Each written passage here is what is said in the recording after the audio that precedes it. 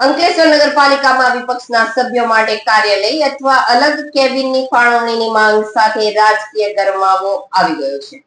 વિપક્ષી સભ્યોએ પાલિકા પ્રમુખ અને તંત્રને 15 દિવસનું અલ્ટિમેટમ આપતા ચીમકી ઉચ્ચારી છે કે જો યોગ્ય વ્યવસ્થા નહીં કરાય તો તેઓ પ્રમુખની કેબિનમાં જ બેસીને લોક કાર્ય શરૂ કરશે.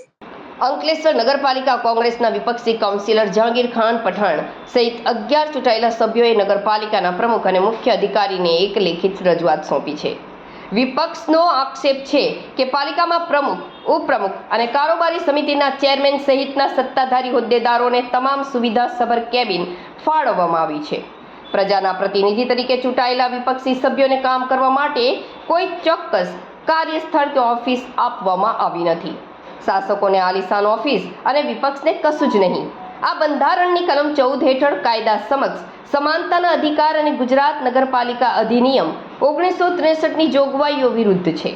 વિપક્ષે પાલિકા તંત્રને સ્પષ્ટ શબ્દોમાં ચેતવણી આપી છે કે આગામી 15 દિવસમાં જો વિપક્ષી કાર્યાલય માટે કોઈ યોગ્ય નિર્ણય લઈ લેખિત જવાબ આપવામાં નહીં આવે તો તમામ વિપક્ષી સભ્યો પાલિકા પ્રમુખ અને કારોબારી ચેરમેનની કેબિનમાં અડંગો જમાવીને બેસી જશે અને ત્યાંથી જ જનતાના કામોની આખરી આહુતિ આપશે.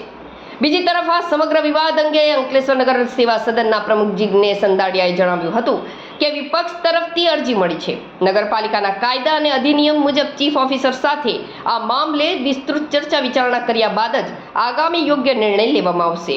હવે જોવાનું એ રહેશે કે પાલિકા તંત્ર 15 દિવસની સમય મર્યાદામાં વિપક્ષને શાંત પાડવામાં સફળ રહે છે કે પછી અંકલેશ્વર પાલિકામાં આગામી દિવસોમાં જ હાઈ વોલ્ટેજ રાજકીય ડ્રામા જોવા મળશે.